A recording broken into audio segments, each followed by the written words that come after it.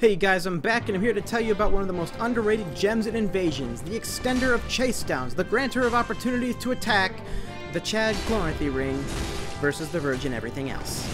Now, if extra life is to be believed, then the Chloranthy Ring +3 increases your stamina recovery by 11 points per second, when originally it was 45. That's almost a 30% increase to your stamina recovery. You know another ring increases something by 30%? Yeah, I'm basically saying Chloranthy Ring is better than the Hornet Ring, because while the Hornet Ring can only assist you when you're getting a random parry, which may or may not actually happen in Invasion, the Chloranthy Ring is assisting you at all times, constantly granting you more stamina with which to attack, to flee, to do whatever the hell you want with it. In this video, you will see multiple examples of places where the Chloranthy Ring is useful above all other rings. And for example, chase downs, especially on level gankers called Orange Boy, who mysteriously don't take damage from my attacks. Now, credit where it's due, Orange Boy is one of those half-decent level gankers, you know, the ones that kind of sort of have the basics of PvP down. So chasing him down is not going to be as easy as usual, especially because this guy with the Heralded Greatsword is just swinging it willy-nilly, not really caring who he hits with it. But we can appreciate his enthusiasm, as he does a punch attack that most certainly would have hit me if I hadn't rolled on the landing. Now, Orange Boy managed to get out of my range, well, most of my range, because of roll poise. Roll poise is still dumb. I don't see why someone should be able to get roll caught and then be able to just keep going and get out of it. Enough complaining about game mechanics, let's talk about the ones that are actually helping me, the Chloranthy Ring.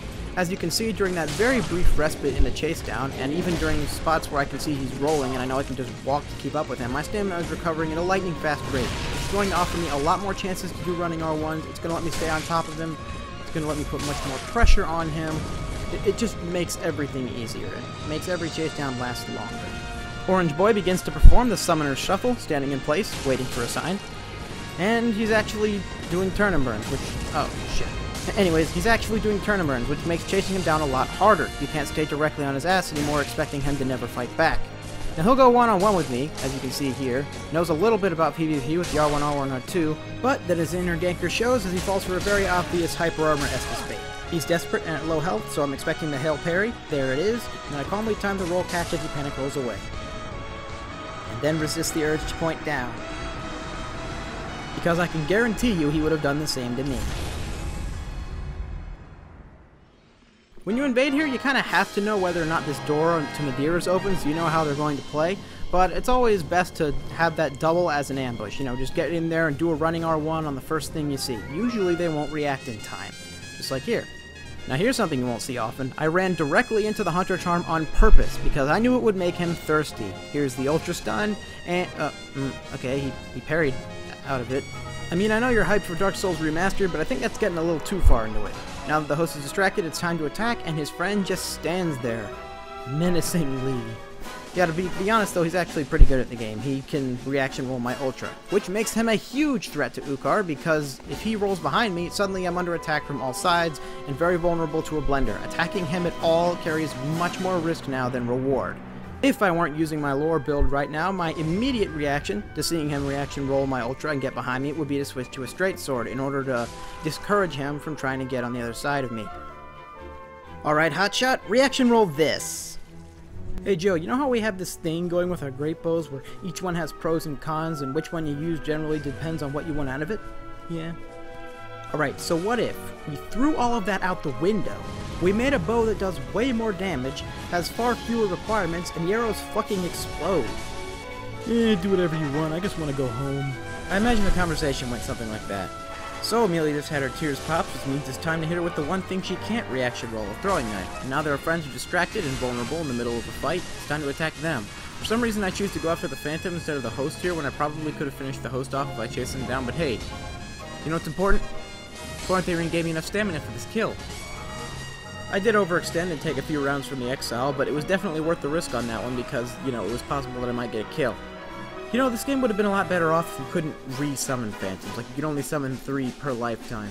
Because, like, some people are just going to let those Phantoms play the entire game for them. Just summon infinite legions to do all of the work. Like, that's not the spirit of Dark Souls. Like, I understand why he's doing it, because he doesn't stand a chance. I'm going to win the fight for sure. But, like, why should that be an option? Like, how are you supposed to overcome challenge and use finite resources to win if you can just keep summoning forever? Like, it's not an I'm not complaining about it because it's overpowered, because I can deal with it. Well, it is overpowered, but I can also deal with it. but like, it's just against the spirit of the game, in my opinion. Oh yeah, now that Mr. Mad King's Crucifix has shown up, I have to watch out for both him and the host, because he seems to be swinging without much concern for where I am, and that weapon can do a whole lot of damage to both me and the host. So now I gotta watch them both. Well, actually, let me just change targets real quick. He can probably occupy the host with that freaking monster of a weapon, and I'll deal with this guy with the... Ooh, he's panic rolling alright, but I have to... It's difficult to roll catch with this weapon. Now, I've found for opponents like this who don't know what they're doing, but do know that they need to roll to avoid the weapon that does a lot more damage than they do, I found it's best to bait them. Because I don't have a Murakumo, so it's not going to be easy to just roll catch them right off the bat. But what I can do is use an R2 and then use an R1 right out of the R2. Usually they won't expect that to, you know, be able to hit them in time, and then they'll take the R1 combo. Or they can just take the R1 combo going for the rolling attack. Oh yeah, and then we chase down the host. Alright, so this is one of the hardest invasions ever. Everyone's got a ton of latency on them. This Tishal guy knows what a reaction roll is and also what a roll catch is, which makes it very difficult to deal with alongside the help of other phantoms. They beat me before, and then they did rude emotes, so you know, now it's especially important that I win. Just look at all that time. That was like a full quarter of a second between attack and impact. Like, come on, man. That's just gonna make this harder. Now, I know these two are coming, so I decide rather than waiting for them to get the initiative, I just charge at them, expecting the obscuring ring to keep me hidden for long enough to hit them, and it works. Maybe because of the obscuring ring, maybe not. So now I know this guy is going to attack out of every single shield hit because, you know, PvE strategy. It works against most PvE, why not do it against me? And it's also effective against me with the mage backup. As you can see, my Dark Spirit friend is already dead, which I guess I should have expected. His name was Magic Taco.